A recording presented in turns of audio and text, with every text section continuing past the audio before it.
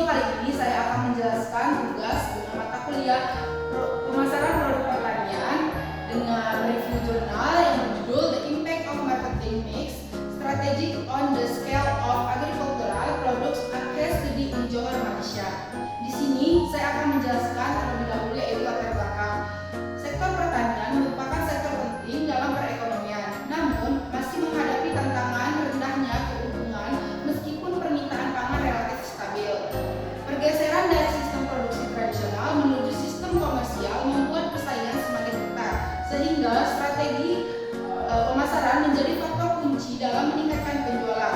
Penelitian ini mengkaji pengaruh bauran pemasaran 7P, produk, harga, tempat, promosi, orang, proses, dan bukti fisik terhadap volume penjualan produk pertanian di Johor, Malaysia, khususnya di era pasca pandemi ketika perilaku konsumen bergeser secara signifikan ke arah pembelian online.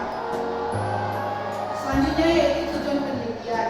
Di sini memiliki tujuan utama penelitian yaitu menganalisis dan mengidentifikasi pengaruh variabel bauran pemasaran 7P yang ada di Johor, Malaysia. Secara khusus, penelitian ini bertujuan untuk mengetahui apakah masing-masing variabel 7P tersebut berpengaruh terhadap penjualan.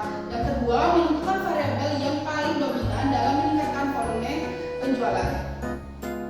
Selanjutnya yaitu metodologi penelitian. Lokasi dan waktu dilaksanakan di Johor, Malaysia dengan data dikumpulkan pada tahun 2022 dengan memiliki 150 responden pengecer produk pertanian, teknik sampling confidence sampling. Instrumen penelitiannya menggunakan skala Likert 1-5. Analisis datanya uji validitas dan realitas, analisis dan deskriptif. Selanjutnya yaitu temuan utama penelitian. Hasil penelitian menunjukkan bahwa dari 7 variabel tersebut hanya 5 yang terbukti berpengaruh signifikan terhadap penjualan produk pertanian, yaitu produk, harga, promosi, proses, dan bukti fisik. Sementara itu, variabel tempat dan orang tidak berpengaruh secara signifikan karena perubahan perilaku konsumen pasca pandemi yang beralih ke belanja online membuat lokasi fisik dan interaksi langsung tidak lagi menjadi faktor penentu. Di antara semua variabel, promosi menjadi faktor paling dominan dengan nilai koefisien tertinggi sebesar 0,320, sehingga strategi promosi digital menjadi kunci utama dalam meningkatkan penjualan produk pertanian di era pasca pandemi. Selanjutnya itu konsep pemasaran produk pertanian. Pemasaran produk pertanian dalam penelitian ini menggunakan pendekatan bauran pemasaran 7P yang menekankan bahwa penjualan dipengaruhi oleh kombinasi strategi pemasaran, bukan semata-mata hanya kualitas produk. Dari ketujuh elemen tersebut, promosi terbukti menjadi faktor paling dominan dalam meningkatkan penjualan, sementara tempat dan orang tidak terlalu berpengaruh signifikan. Selanjutnya yaitu struktur pasar dan aktor pemasaran. Dalam jurnal tersebut, fokus penelitian adalah pada pengecer produk pertanian di Johor. Artinya, struktur pasar yang dianalisis berada pada tingkat retail hilir. Aktor pemasaran yang terlibat meliputi produsen dan atau petani, pengecer, dan konsumen. Penelitian ini menekankan peran pengecer sebagai pihak yang menerapkan strategi 7P untuk meningkatkan volume penjualan. Selanjutnya, konsep pemasaran produk pertanian, saluran pemasaran dan alur distribusi produk. Berdasarkan pembahasan jurnal, setelah pandemi terjadi pergeseran dari pembelian langsung di toko ke pembelian online. Alur distribusi yang relevan, saluran fisik dari produsen ke pengecer dan konsumen. Kalau online, dari pengecer platform digital, konsumen. Dengan hasil penelitian menunjukkan bahwa tempat lokasi fisik tidak lagi signifikan, seperti yang dikatakan sebelumnya.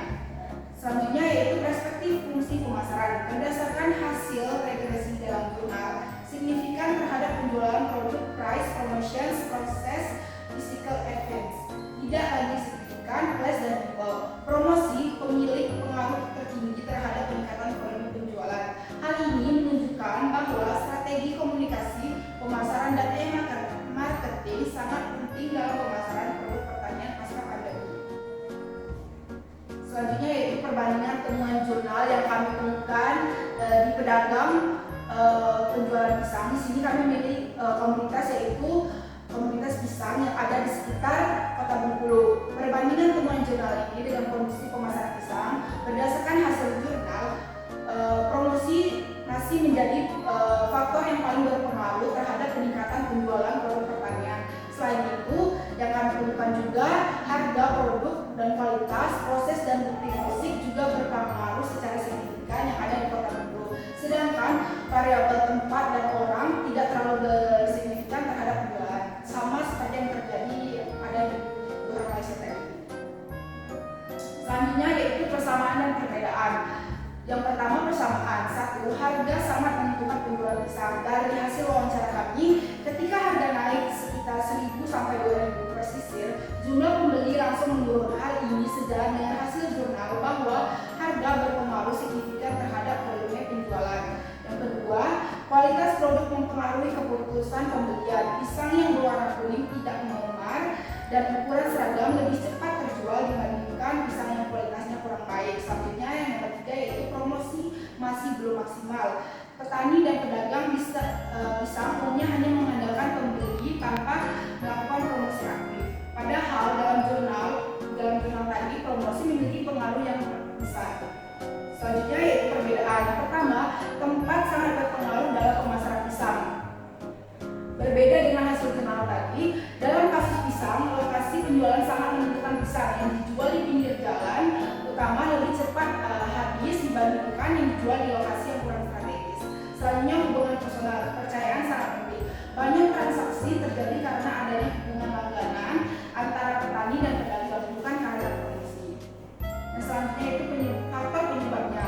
Yang pertama, sistem pemasaran masih profesional. Penjualan dilakukan langsung di pasar atau di pinggir jalan. Yang kedua, skala usaha kecil dan lokal. Produksi terbatas dan jangkauan pasar hanya sekitar wilayah terdekat. Yang ketiga, ketergantungan pada penjual. Petani sering menjual ke pedagang pemukul sehingga posisi tawar-menawar rendah.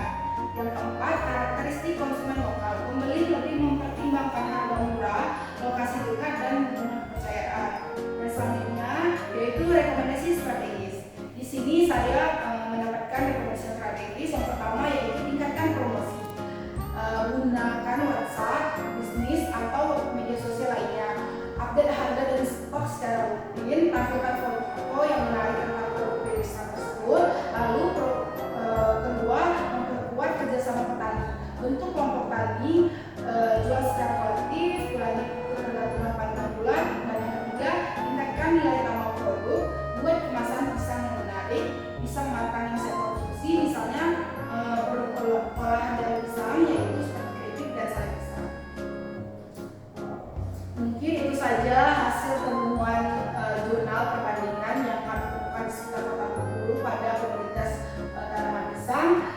Lebih dan kurang saya ucapkan terima kasih. Wassalamualaikum warahmatullahi wabarakatuh.